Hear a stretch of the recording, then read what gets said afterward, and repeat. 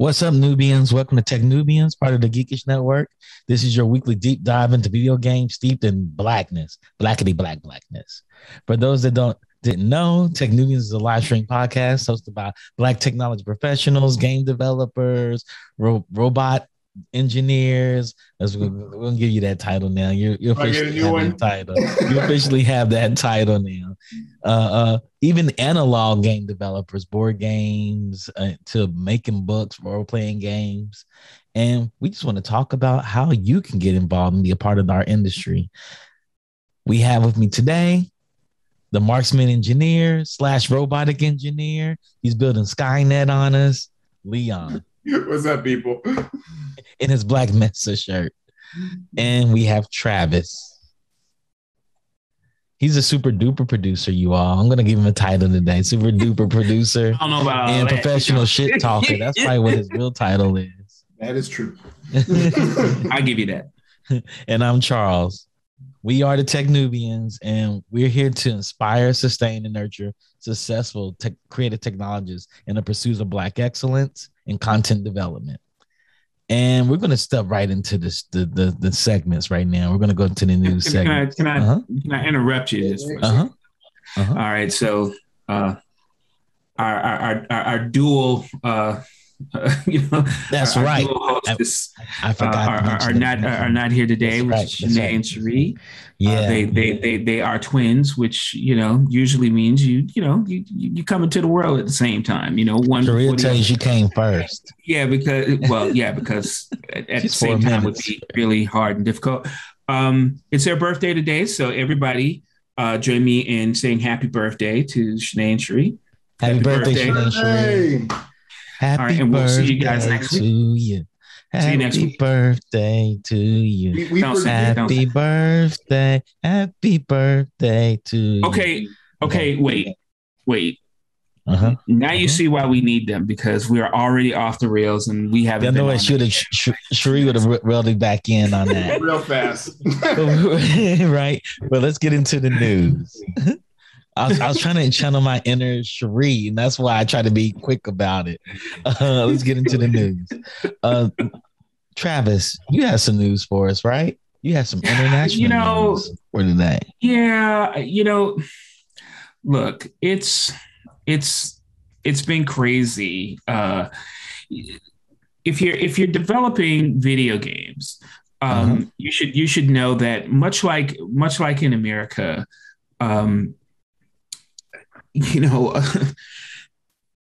This whole industry is half America, seems that way, and half China.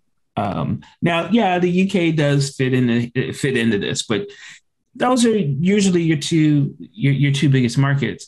And China, I believe, has just gone stark raving mad, in my opinion. Now the Chinese government is clamping down on what you can actually do inside a video game. If you don't know, your game has to be screened by the government in China in order for it to get wide release. And now they're telling developers that you need to watch out for excessive violence. You need to watch out for depictions of sexuality. You need to watch out for essentially everything that makes a video game art.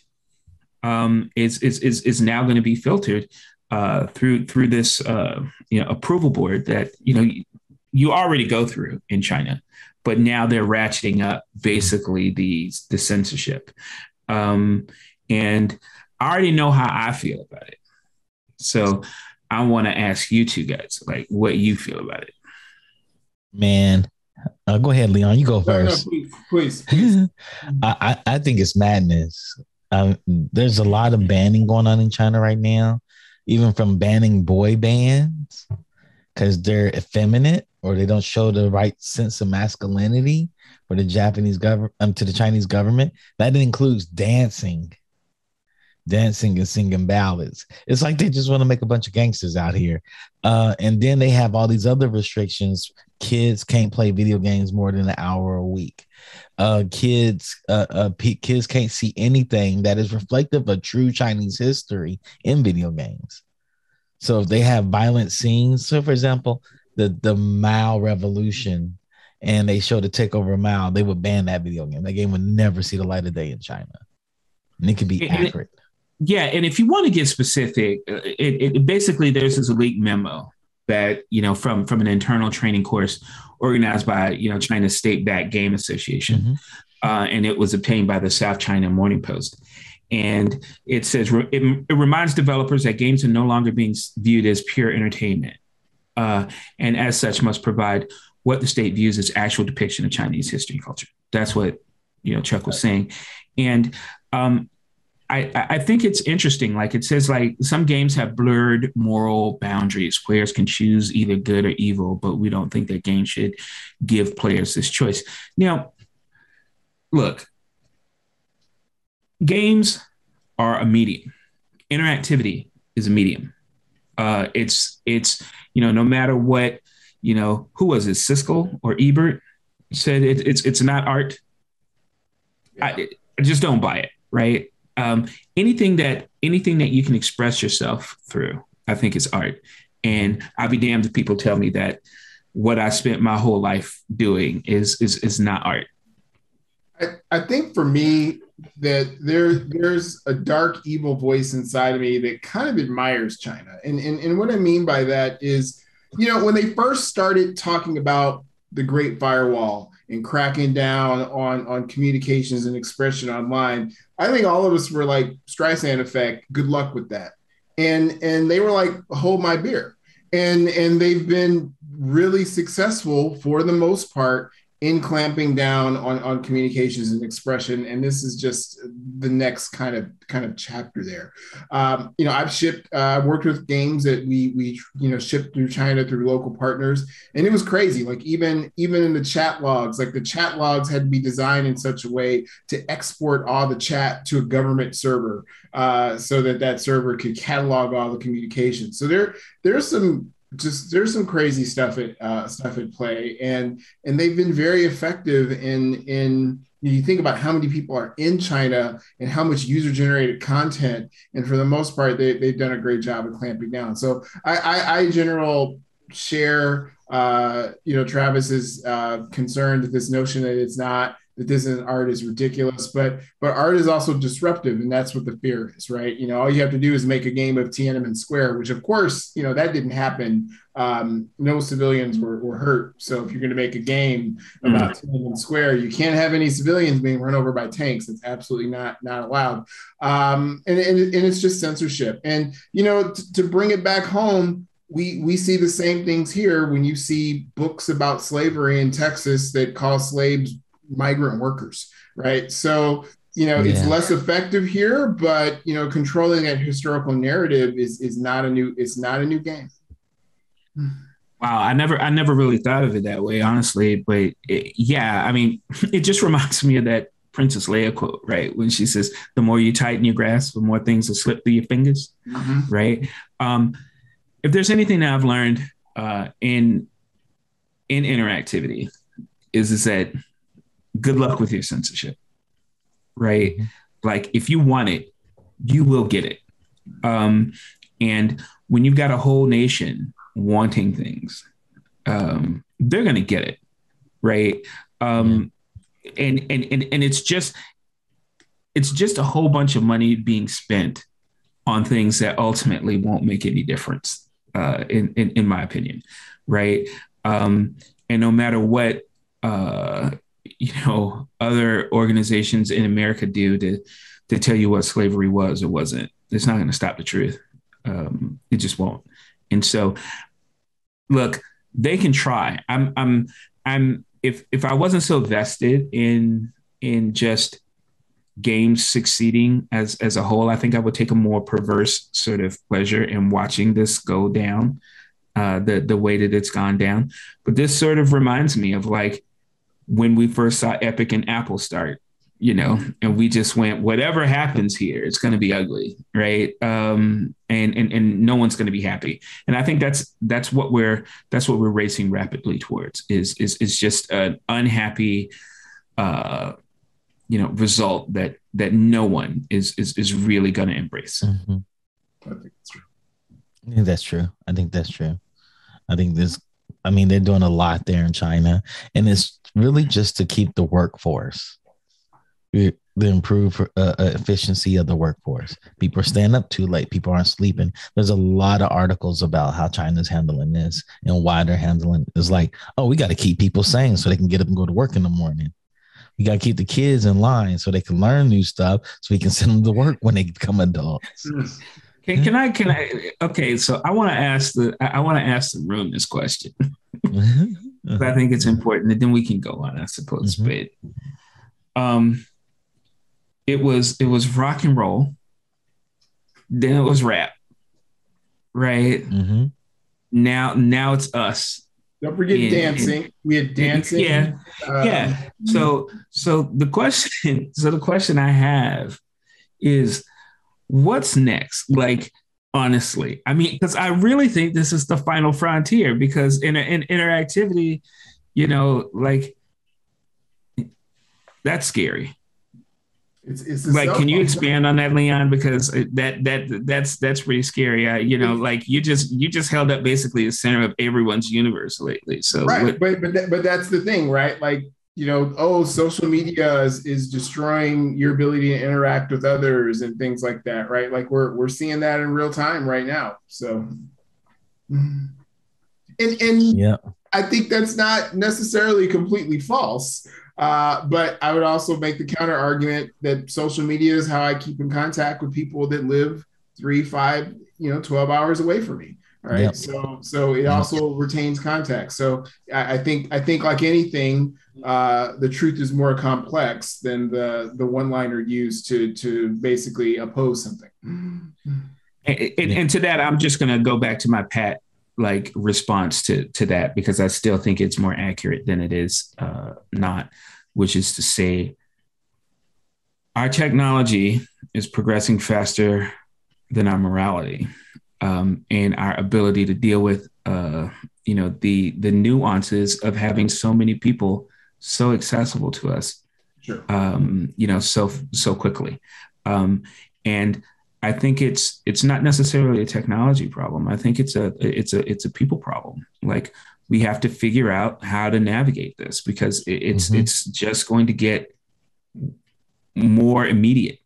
It won't get less so, right? Information is being exchanged at a level that people are just not used to. Nope. And how do you stop that torrent of information? And I don't think you can. I just think you have to figure out how to adjust. How you plug holes in a boat that's always getting holes put in it. You can't do it. Eventually that wall's going to bust, and it's busting. Leon, you have a story for us.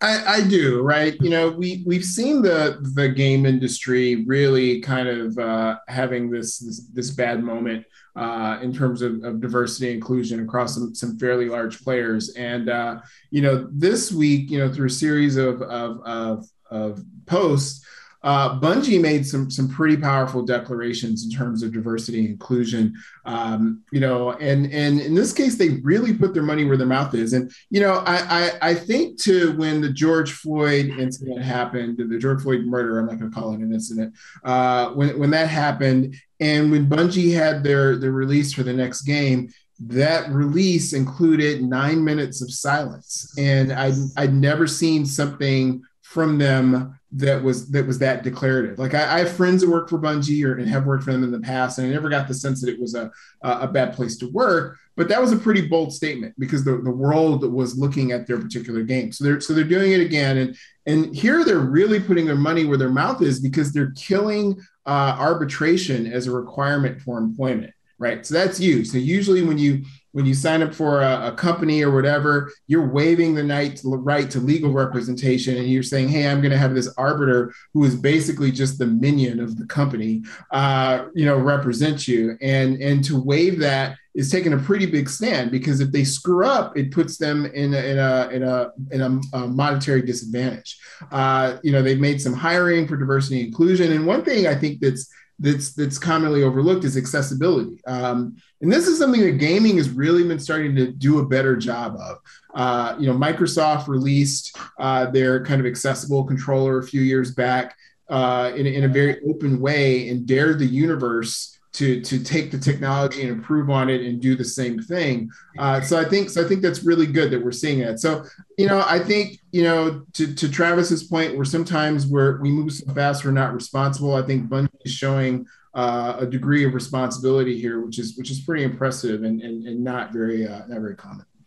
Yeah. I've been really impressed with Bungie, from a social standpoint, and really how they depict their future landscape, right? I mean, the saviors of humanity, these guardians, are not just all white dudes, right? Akora and Zavala are not white at all. Right.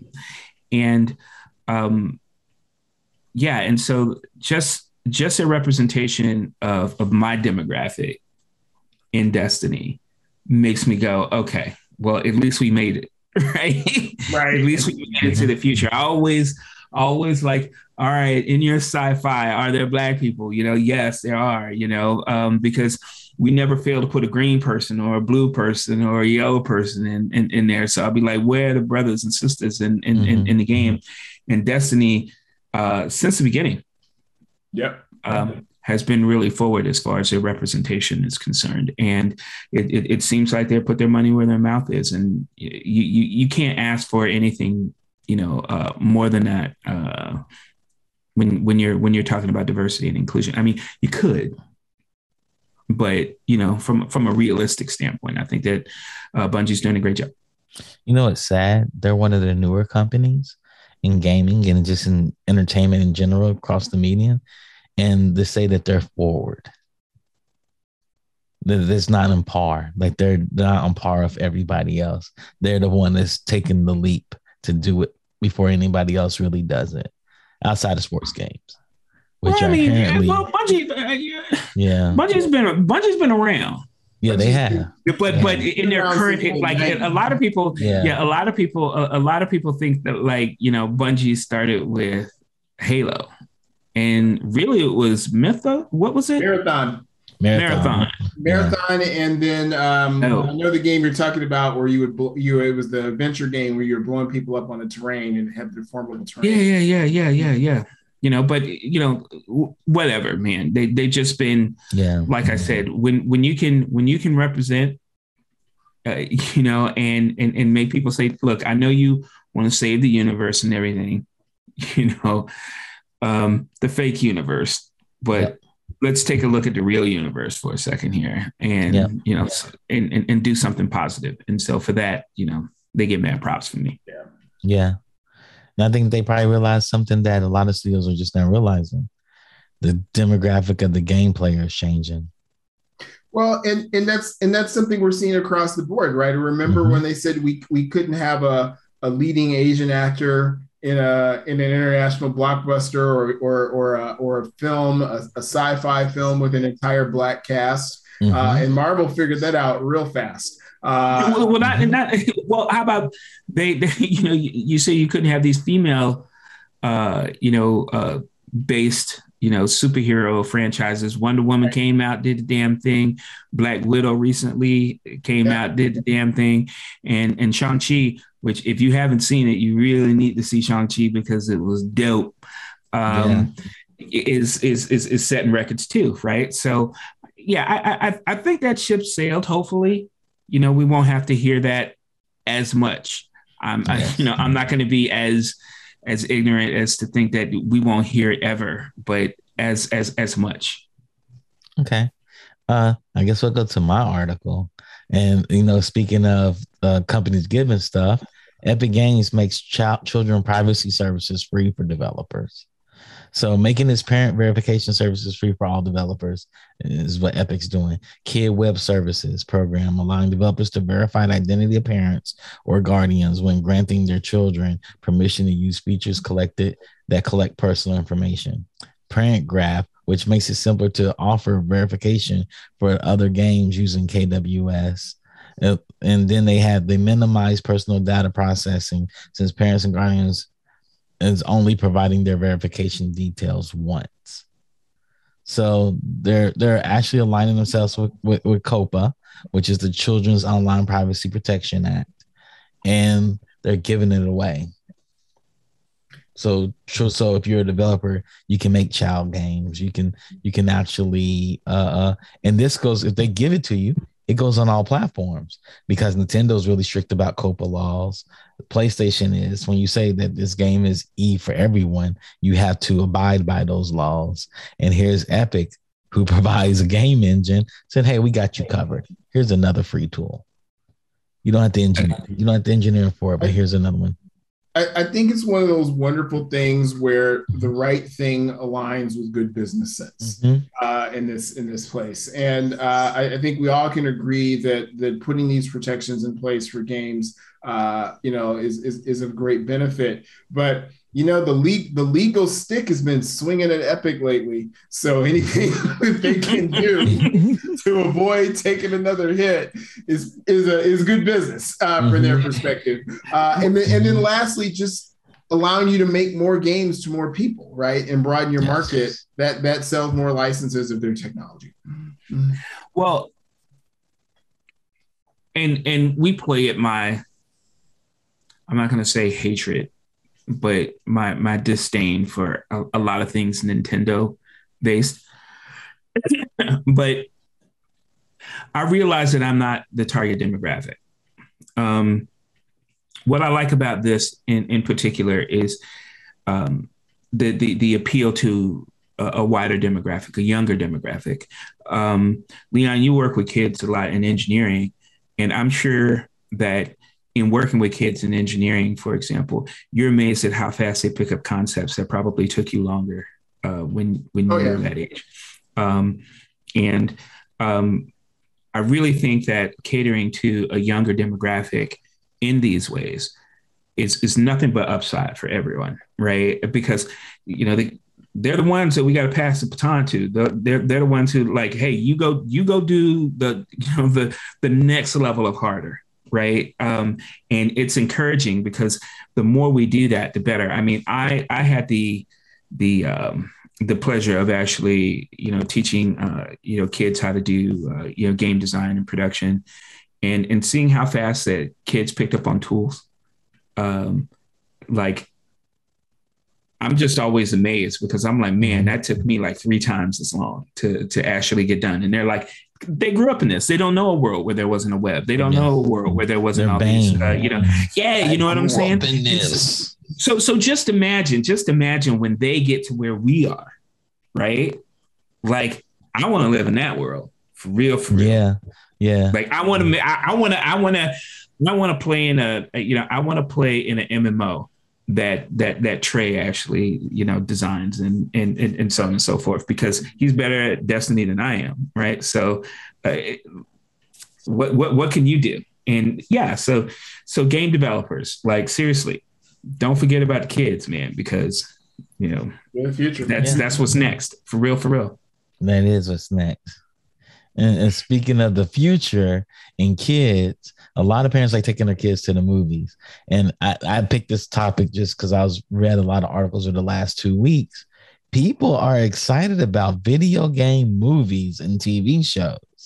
And we talked about it, where video game movies and TV shows have been horrible and nobody can do it right. But now with the new breed of streaming and media, how the way we receive our media, people are excited for this stuff. People are talking about going to the theater to watch, for example, the new Mario film, who has an all-star cast voicing it. Yeah, but okay. Mm-hmm. But before you continue, the last Mario movie had an all-star cast. It really did. We like to joke. Okay. But those cats were not like garden variety actors. You know what I'm saying? So yeah, so it's not enough. And I think that, you know, if we're gonna really talk about this, I mean, first, can we talk about like what we did wrong first before we get to where we got, you know? And I think I think that there's two things that really bug me. There's two things that really bug me. And it's historically. Number one, that you assume because I'm playing a video game, I must be 12 years old. Okay. And that if you're making some sort of derivative product based on that, that you still think I'm 12 years old. Okay. That to me just would anger me all the time. And number two, and this is really important, I don't want to play the video game while I'm watching your movie. Okay. And what I mean by that is like, I already know how Mario works. I already know how Donkey Kong works. I already know how those work. When you're making a movie, I don't need to see that on the screen. I don't, because I'm not playing the game. Stop trying to make me play the game when I'm actually just passively trying to be entertained. It just angers me. So I gotta be Debbie Downer on this whole thing. I hate media transitions. I do. I think for the most part, no matter what the media is, whether it's anime to live action or video games to movies, it is usually done horribly, right? And there's two reasons for that. One is that, look, different mediums excel at different things, right? Like the reason why no one has gotten Dune right, and we'll see we'll see this next iteration in a few weeks, is because Dune is like the thickest book ever, right? And it's just it's full of all this detail that doesn't translate well to a 90 to 2 hour movie, right?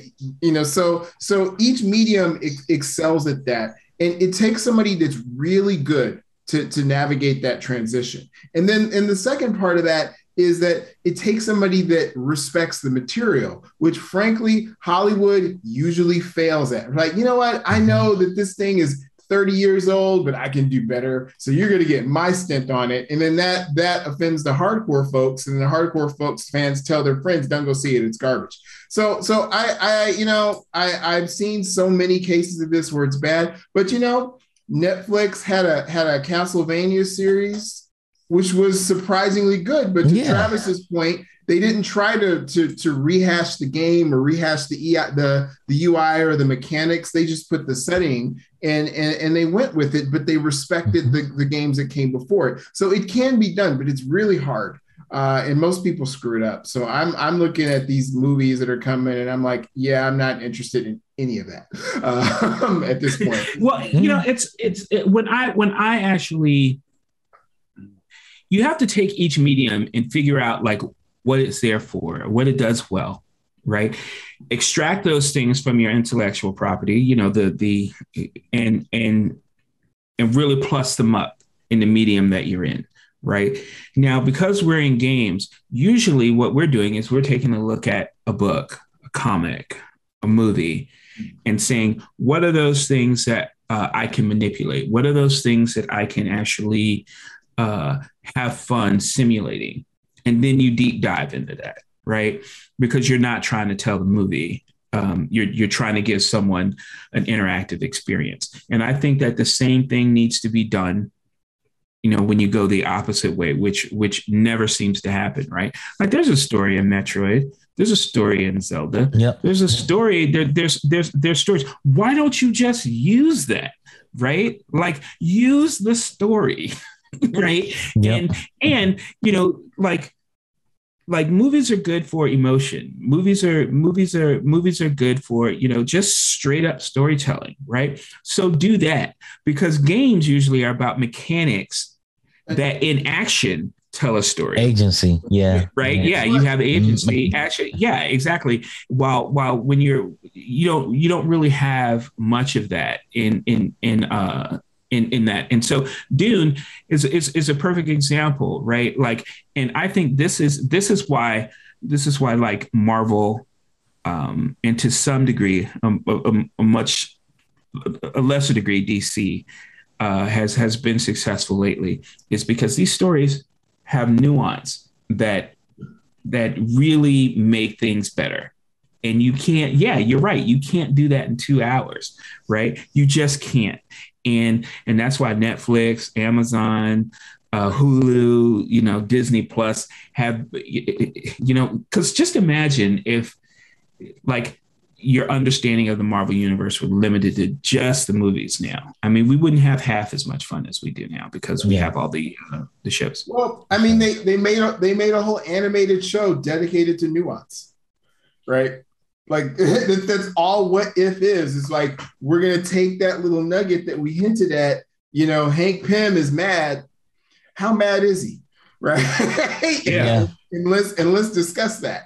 Right. So I totally agree with you. But I will say, and I got to be fair, when it's done right, it's amazing. So I've been crapping on the Cowboy Bebop live action thing for months. I said I don't need that to be live action. That is my jam. Don't mess with it. And that intro was mind blowing. I was mad about the intro. So I was angry for one reason. I was mad about the intro. Why is that? Where's Ed? Everybody says that. Netflix always does short seasons. That first season, like 5 or 6 episodes. And if you look at the original, I hear it's 10. Okay, but if you look at the original story, Ed didn't come till later, so I'm guessing that. I agree. But he was still in the intro. I need to go back and go back and brush up on my Bebop. Yeah, it's good. It's good. It's so good. I pulled down the soundtrack. I've been bumping it all week. That soundtrack. I got the LP to the soundtrack. Yeah. So great. Like, here's a perfect example of like when it's done wrong too. Like you remember the Doom movie? Oh yeah. Yes. And then they went straight to first person for 6 minutes. If you've made games, you know that's the wrong thing to do. It's the wrong thing to do to give someone a first-person view that huge in a theater. I mean, are you asking your audience to vomit? Yes, they are. And I'm like, someone say something. Like someone say something. It's amazing to me how like that seemed like a great idea for them, right? And it was just, I was like, no. It's a good example of, when Bungie was part of Microsoft, they pretty much were Dr. No when it came to Halo spinoff materials, and it would frustrate Microsoft. Like, hey, can we do an animated thing? Nope. Can we do this live action? Nope. Only if you're going to do it right and do it with respect. Now, to Microsoft's credit, since Bungie left, they've continued that care, right? They've been very careful about what they do with Halo because they realize how bad it could go. But I thought they set a good example for them, right? Which is just don't jack up your IP. The Doom thing just feels like, hey, let's just get some quick money out there and just farm this IP out. And yeah, we'll do a first person scene. You know what it reminds me of, Travis? I know you were a big fan. Remember when Key and Peele had a stint on Gremlins 2? And they had this guy come in and it was like, everybody gets a gremlin. And all the Hollywood people are like, I want a bat gremlin. I want a gremlin with lipstick. I want a gremlin with whatever. And the guy was like, none of that's going in the movie. And pretty much that ended up there. Yeah. So has there been a game like, Has there been a game translation that has left us satisfied to date?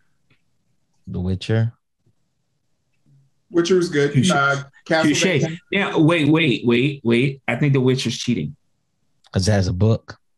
Yeah, it was a book first. It was a book first. Yeah. I mean, I was gonna. That has left us satisfied. For me, a lot of it goes to anime. So the original Street Fighter 2 animated movie was good. Dota was good. It's a series though. It's not a movie. Which one? It's a TV series. Dota. Okay. Dota series on Netflix. Castlevania. Netflix does good with their anime. Well, speaking of which, have you seen the trailer for Arcane? Yes. Yeah. My God. I'm excited about it. Yes. My God. I mean, it's funny, right? Because every time like Riot makes like a League of Legends announcement or they announce a new season or whatever, I'm always like, yo, why don't they just make a big movie? Yeah. Right? Yeah. Because like you can say a lot of things about, Riot as a company, but what they get it, right? They get it. And the amount of artistry that goes into their visual presentation of their intellectual properties, I think surpasses just about every video game company I know. Yes. Right. Like, because you can tell that these people who are behind those shots or those movies respect the game. They give you hints of that. Like you see the character and you see them using their superpowers or their extra abilities in service of the story. And it doesn't look like a mechanic. It just strikes you as badass. Yep. Right. And so for that, I'm super excited. So I'm like, you can take all this other stuff that's coming out, whatever. I just want to see Arcane because I feel like they didn't go somewhere else. They said, we're going to do it ourselves. Yeah. I mean, that's what Riot turned itself into. This was their big breakout that people didn't know they've been building for years. When I was at Netflix, they were building it, trying to build that relationship where we are an entertainment company. We are what Disney is. Yeah. And this is our first wave and forth. They have live action projects on the way. They have music videos that I have found catchy where I'm like, hey, that was actually pretty good. So, same thing, featuring those characters, featuring their abilities. It definitely shows an attention to detail and respect. And again, this was the first thing I said, you have to respect the property. When you don't, the inauthentic, it's not authentic, and it comes across loud and clear. But when you do respect it, this goes back to, I think about the Peter Jackson Lord of the Rings, right? He respected the hell out of those books, and that's why the movies came off so well. So I think, but the way Hollywood works is like it's usually all about a particular director, right? When you get a director, you get to tell your story, and I think Marvel in particular changed that because they said, yeah, you can tell your story within this box, right? Well, it's funny too, right? Because you bring that up, and I think that a lot of people like they bow down to Kevin Feige, and I gotta admit, I'm one of those people, and I'm one of those people because he respects the medium. Yeah, you see what I'm saying? And he's in charge, right? And that's important, right? It's important that he knows the box, right? He knows the crayon. And you could tell he's a big fan as well. Right. And that goes a long way. I remember actually like, and I'm a big stickler because I've, professionally been in charge of, really big intellectual properties that make those jumps. It's important that you find that connective tissue between the two mediums so that people can go, I feel you. I understand that you understand this genre. Okay. And I remember share your thoughts, if you will, X2, right? When Nightcrawler went into the White House and housed it, right? Oh, yeah. Like he was teleporting all over the place, right? And doing it in the way that he did in the comic books. Right? Like, I don't think I've ever seen that much excitement about a scene in a movie about superheroes until Thor until Captain America grabbed Thor's Mjolnir. Like those were like up until that point, there was no other parallel that I knew of that had everyone going, I knew it, right? Like as soon as it happened, everyone went, oh, yeah, you get me. Yeah. And why not do that? Why not do that as a person who's trying to capture that magic? Mm-hmm. Right. Mm-hmm. Like when because if you read the books, like if you read the Lord of the Rings books back in the day, right. And you knew why Gandalf didn't want to go down there. Right. You knew why Gandalf didn't want to go down there. And then when the Balrog finally came, you said, oh, snap, it's on. Right. And so that's an example of what you read in a book. Right. And because you knew that director actually understood what mm-hmm. was going on, like how epic this was going to be, Gandalf versus the Balrog. Right. Mm-hmm. And when it finally happened, you were like, oh, my God, this is exactly what I wanted. As a matter of fact, I'll go so far as to say that that's exactly what the mid and end credit sequences do in every single Marvel movie is they give you exactly that dopamine, that you need because you understand that this is what's next.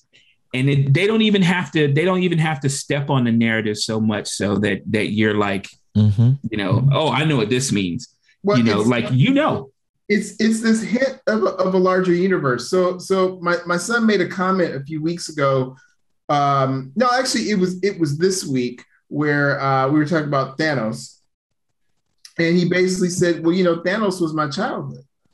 And that kind of stopped me from wow. And I thought about from when you think about that first Avengers movie and that end scene, Thanos has been the boogeyman for him for his life for the last decade. Is he his Darth Vader?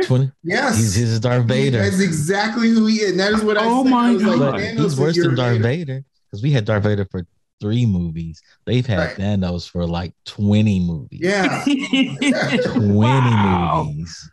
So you think about that effect, right?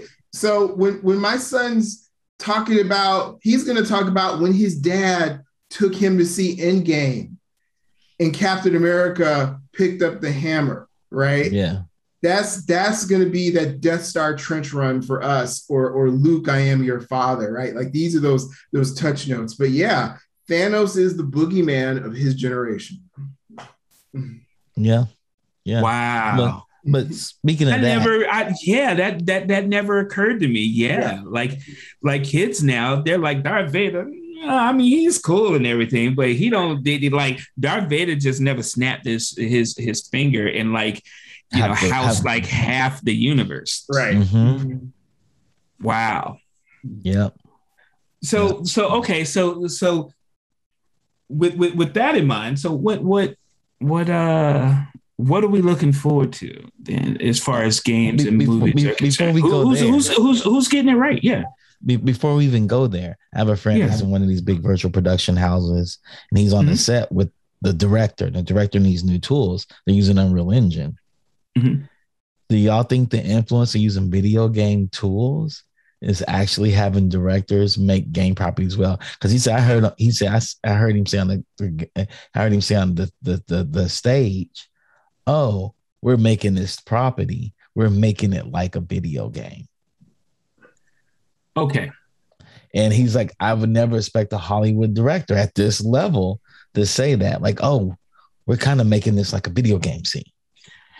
Well, speaking as someone who a cartoon, mm-hmm. Speaking, as someone who was in charge of the Avatar franchise on the game front, my first tour of our facility at Lightstorm, and when the producer John Landau showed me like how this was done, I started laughing. He's like, what's funny? And I said, this is a video game, right? This is a video game. And to the degree to which it's when a scene is shot in Avatar, they capture the volume. Yeah. Right. And for people who don't realize what that means, it's the closest thing that you're going to get to like having complete control over everything in your scene. Right. It doesn't matter how many cameras you have because you have every camera. Right. You have every angle. Right. So once you capture a performance in a volume, you can go back and shoot that an infinite amount of ways. Yeah. Right. And so that is the power of modern day filmmaking that you're doing in there, is that they give the performance, and after they give the performance, you can go back and technically film that any way you want to. And that is a luxury that filmmakers have never had until now. Yeah. I think a good way to illustrate that is there are these guys, and I can't remember their channel, but they're on YouTube, and they're like us, but for graphic artists, right? And what they do is they watch films and they talk about how do they make different special effects and things like that. And they were talking about lightsabers, right? And they were talking about how lightsabers have evolved over the years, and how originally it was just kind of like just a rotoscope, thing. They were going in every frame. And they were saying, now the lightsabers, because of LED lighting technology, are actually like 3D. They light the scene, right? You see the glow of Ahsoka's white lightsabers, in the scene, or Rey and whatever his name was, Kylo having the fight, and you see the blue and the red reflected off of their bodies, and there's just this amount of cinematic detail that they can do with that that you couldn't do before. And I think for a lot of people it's subtle, but once you see it side by side, it's unmistakable the quality of the experience that you can make. And then to Travis's point, it makes it easy to make these derivative materials, right? If it's all in 3D space and rendered anyway, there's all kinds of cool things that you can do as a result. Yeah, you can do a lot post capture. Post production is so important these days. And I said, "What do you do on the set?" He said, "We make tools." He said, "All of us are known as ADs. Yeah. All we do is make Unreal tools all day long. We make different cameras, different tools. We're all engineers. We're all game engineers." He said he has a 19-year-old who's like this director's right hand. He said he's like Rain Man in making tools. He's been playing with Unreal since he's been like 15. And this is what he does. He talks in tools. He said he probably couldn't order a Happy Meal at McDonald's because he's not connected, but he's like Rain Man with making tools. He'll tell you everything about the game engine. I mean, think about, I mean, what the Mandalorian is. It's straight up. It's straight up video game technology. Well, but also think about, also to your point, Travis, think about that means to the actors, right? It's not that the actors are sitting in front of this green screen. Imagine, you're in this. It's just like, nope, you're on Tatooine because I'm going to put a rendering of Tatooine behind you, right? Now let's talk about that. And it, like, honestly, like, I didn't like the prequels. Okay. I didn't like them either. And I didn't like the prequels because I thought that basically the human actors were just there for George Lucas to play with his toys. Right. And I was always wondering, like, what are you doing from a director standpoint to make great actors bad? Right. And I think it was because they're creative individuals. Right. And so George Lucas comes on the set and he says, okay, listen, you're on this conveyor belt and there's a million of these things flying around doing this stuff. And they, and he's giving them, he's painting the picture for them. And now they have to act it out in their head. He's a bad opinion master. Yeah. And so what's happening is that they get lost in the imagining part of this scene. And not living the scene. And not doing the scene themselves, right? And so now, no, look behind you. Oh, snap. It's it's Tatooine behind me. It's Dagobah behind me. I don't have to wonder now. Now I don't have to wonder. I can just react to the things that are actually coming at me, right? And I think it's why I think you had better acting out of Lord of the Rings, for example. It's because they built those sets, baby. Yeah, they built those sets, and it's actually, you heard Peter Jackson say the same thing. It's like, I didn't want people imagining Eris. I wanted them to be there. Or one of my favorite films, right? Aliens, all practical effects, right? Because the technology wasn't there. You talk about, when the stars were, the pulse rifles they had, those were real firearms that were just dressed up to look futuristic. So when they're firing them and there's a recoil, they were actually experiencing the recoil, right? The muzzle flash, everything. So all those little details, they matter, right? And they come across like in a way that's really effective, and it lets the actors focus on the performance. So I too didn't care for the prequels, and people can have arguments about the last three, to their blue in the face, but one of the things that really strikes me is in that first movie, when Rey and Finn escape from the planet. And they have this moment on the Millennium Falcon where they're like, "Did you see what I did?" Whatever. And there was more emotion and joy in that scene than all three of the prequels. Like, because the prequels are on empty sets, sound stages.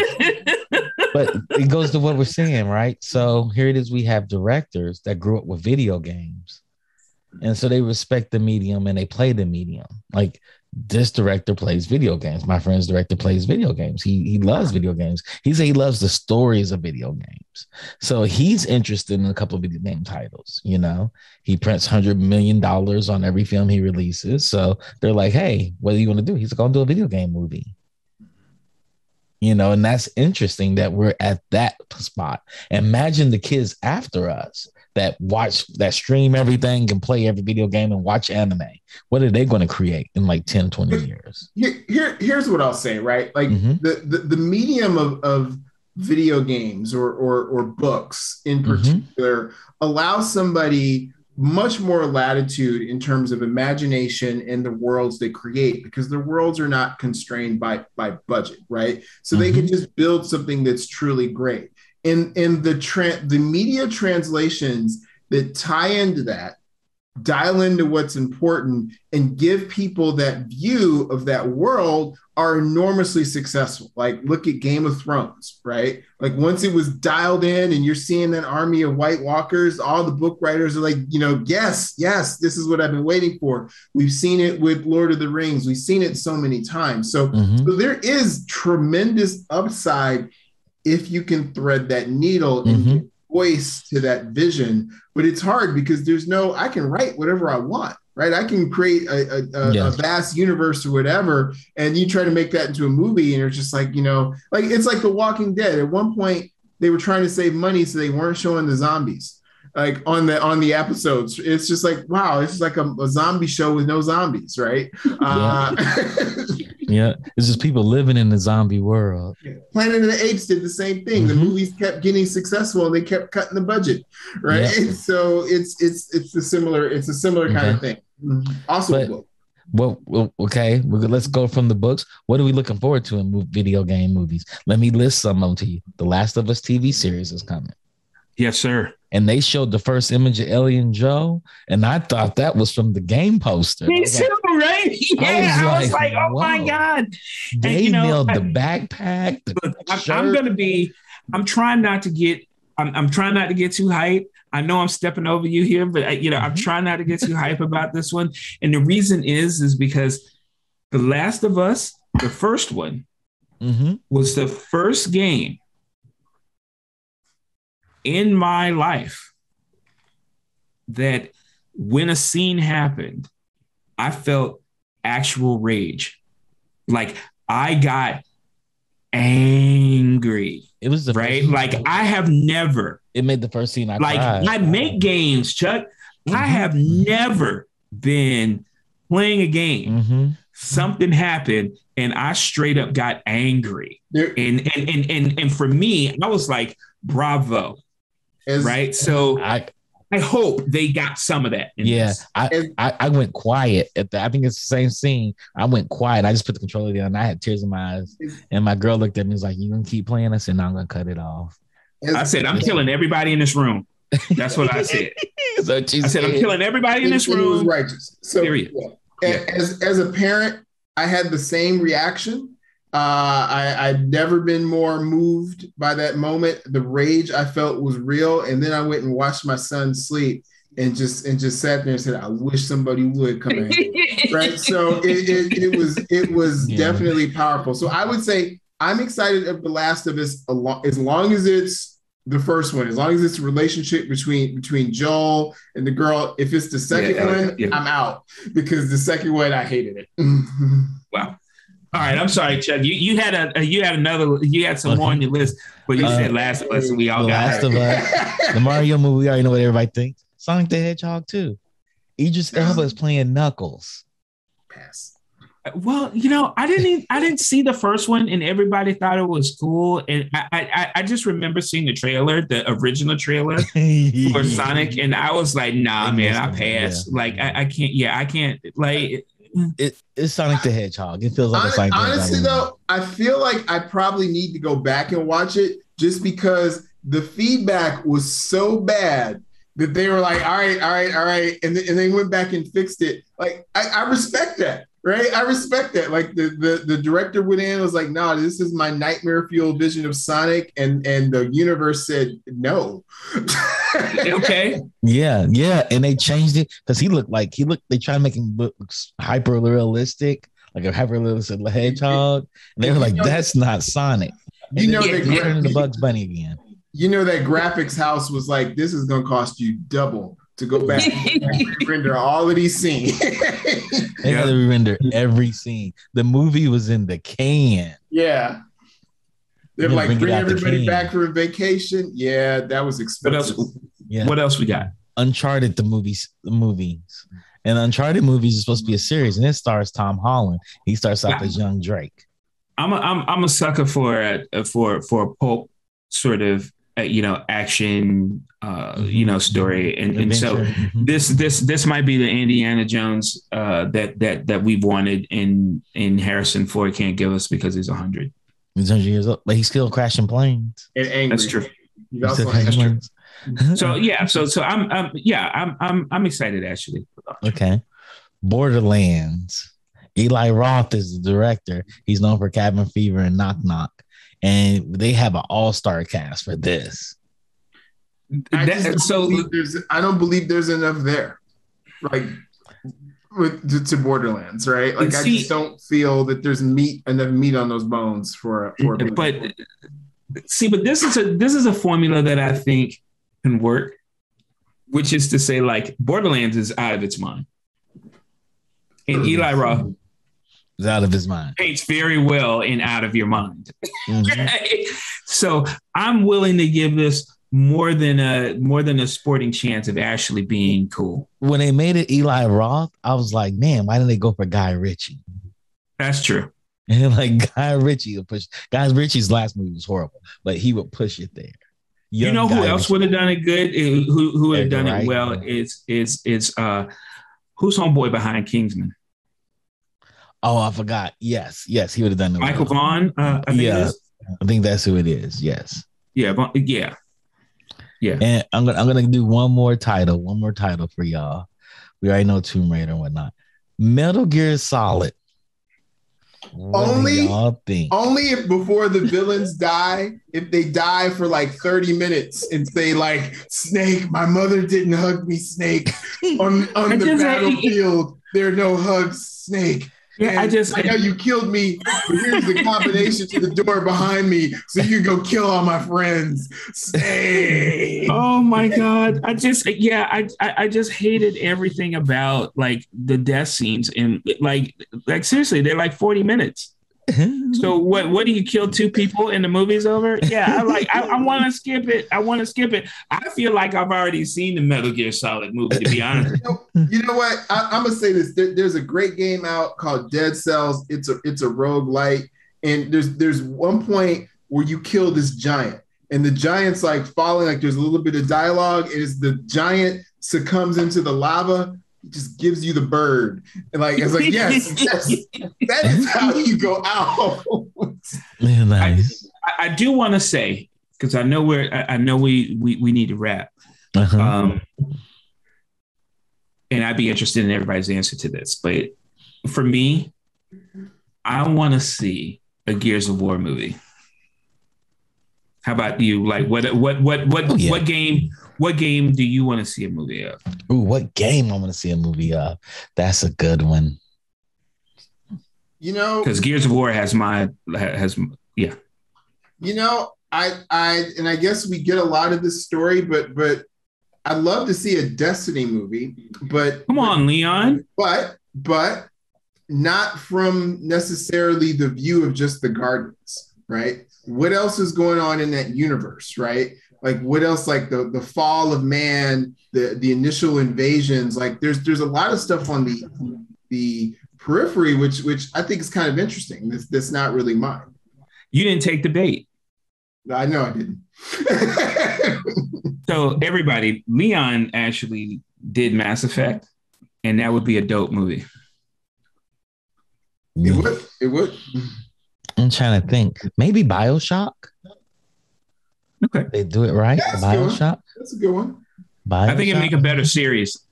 I think it'd make a better series too. Yeah. Man, if they do a series on BioShock movie, I'm wondering what would make a really good movie as a video game.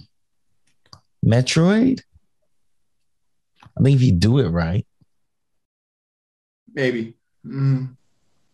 That one I'd like to see animated. Yeah. Yeah, you do. Well, you tried, Chip. You tried. You really tried. Yeah, we you put us on the spot. We had nothing ready. Yeah, had nothing ready for you. You just put us on the spot. Like what movie? Because I don't think of video games movie. I like where they are. Right. Like y'all stay where y'all are. Someone put a good one online. StarCraft. StarCraft. That's actually probably a good one to see. Yes. I could deal with that. Yes. Because I would say God of War, but no, I like that as a game. That would be a horrible movie. Yeah. But again, as a parent, I dig that last one. Boy. Where go hunt deer. Where is the deer? In the direction of deer. I have used that. I think it's because Kratos is the father that we all want to be. Yeah. Yeah. With that said, we're gonna leave on that. Kratos is the father that we all want to be. Yes, boy. Boy, take out the trash. Boy, walk the dog. Where'd I take the trash out to? In the direction that trash needs to be taken out. Trash. I can so see that. We'll be horrible parents. Yeah. With that said, I'm going to close the show. Thank you for tuning into our show. Technubians really appreciate it. If you want to know more about Technubians, go to www.techn00bians.com. That's techn00bians.com. Shout out to Digital Click. As always, y'all kill it with the frames. If you like what you see here, the artwork you see, that's from Digital Click. If you like all our ads and promos, that's from Digital Click as well. And if you need anything done, hit them up, Digital Click. Shout out to Jeremy Germ for helping us out, helping my technical producer on the back end right now, Rodney, who's also one of the co-founders. Thank you for everything you've done for us. And like to say peace out. Do y'all have any last words? Sinead and Cherie, happy birthday. Happy birthday again. Enjoy it. Have hot girl summer in the fall. Yeah, for real. Anything else? I think that's good. All right, peace. All right, peace.